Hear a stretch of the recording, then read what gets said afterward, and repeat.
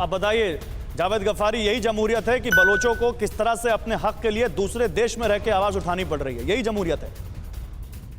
और वो भी दूसरे देश में भी सेफ नहीं है, वहां भी वो उन लोगों की हत्या कर दी जाती है और आरोप आईएसआई तक पहुंच जाते हैं।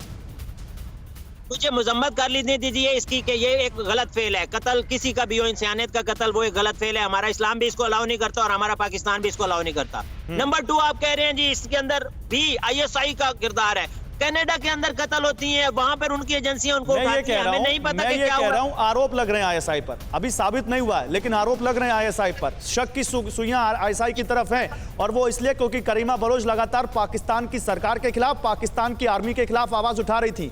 आपने वो बाइट सुनी कि नहीं सुनी?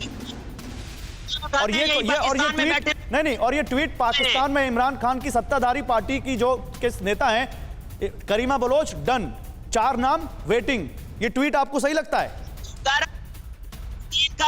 यकीन कर ले, मैं इस्लामाबाद में बैठा हूं, मैं जर्नलिस्ट हूं, अल्हम्दुलिल्लाह, छोटा मोटा तो हूं, मैं समझता हूं इस बंदे का जरूरी नहीं कि ये अकाउंट अपनाओ। नंबर 2, मैं नहीं जानता कि ये बंदा कौन है, ये पाकिस्तान तहरीक इंसाफ का मेंबर है या नहीं है। Number 3, he is not elected person.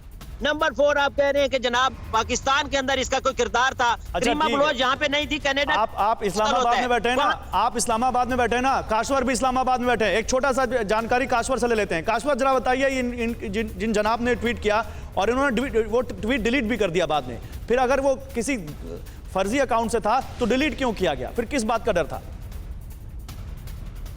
आपकी बात बिल्कुल ठीक है, ये कंडेमेबल है, ये कंडेमेबल है और मेरा ख्याल है कि ये कंडेमनेशन के बाद भी उन्होंने डिलीट किया इसको। लेकिन इसके साथ मैं थोड़ी सी एक और मैं आपको एडिशन करना चाहूंगा कि ये एक फैक्ट है कि कराची हो या बलूचिस्तान हो तो मिसिंग पर्सन का केस पाकिस्तान के उफक पे एक बहुत बड़े कलंक के टीके के तौर पर उभरा है। सुप्रीम कोर्ट ने भी उसके ऊपर वो किया है, ढेर सारे रेज किए हैं, इश्यूज रेज किए हैं। लेकिन करीना के हवाले से जो बात हो रही है कनाडा में, तो उनकी जो पुलिस फोर्स का बयान है, उन्होंने मेरी अपनी उनसे बात हुई है, उनके स्पोक्स पर्सन, तो वो कह रहे हैं कि क्रिमिनल नहीं है, ये डेथ हो सकती है तो हम उसको इन्वेस्टिगेट करें। इसीलिए मैंने ये नहीं कहा यहाँ पर काश्वर, लेकिन मैं भी बड़ी जिम्मेदारी के साथ कह रहा हूँ, मैंने ये नहीं कहा कि आईएसआई ने किया है, लेकिन मैं ये कह रहा हूँ क्योंकि दुनिया में कई जानकार ये इस पर शंका जता रहे हैं कि आईएसआई कर सकती है। ये आरोप लग रहा है, आरोप के घेरे में, अभी साबित नहीं हुआ है। लेकिन चलिए धमकी वाला पाकिस्तानी ट्वीट एक बार दिखाते हैं और फिर आते हैं अपने पैनलिस्ट के पास।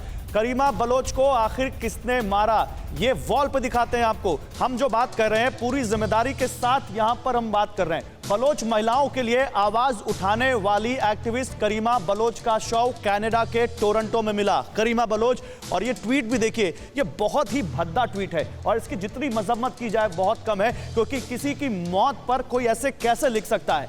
और देखिए बलोच महिलाओं के लिए आवाज उठा रही थी लगातार करीमा बलोच। उनकी हमने आपको एक पुरानी बाइट सुनाई, किस तरह से वो कह रही थी कि हम अपने भाइयों की राह तक रहे हैं, लेकिन वो राह जो कभी खत्म नहीं होने वाली। पीएम मोदी को अपना भाई मानने वाली महिला करीमा बलोच का शव एक संदिग्ध हालत में मिला कनाडा के टोरंटो में। इमरान की पार्टी के नेता मीर मोहम्मद अली खान के ट्वीट को धमकी के तौर पर देखा जा रहा है और कहीं ना कहीं यह समझा जा रहा है कि मीर मोहम्मद ने यह बताने की कोशिश की है कि वो चाहते थे कि करीमा बलोच की हत्या हो जाए।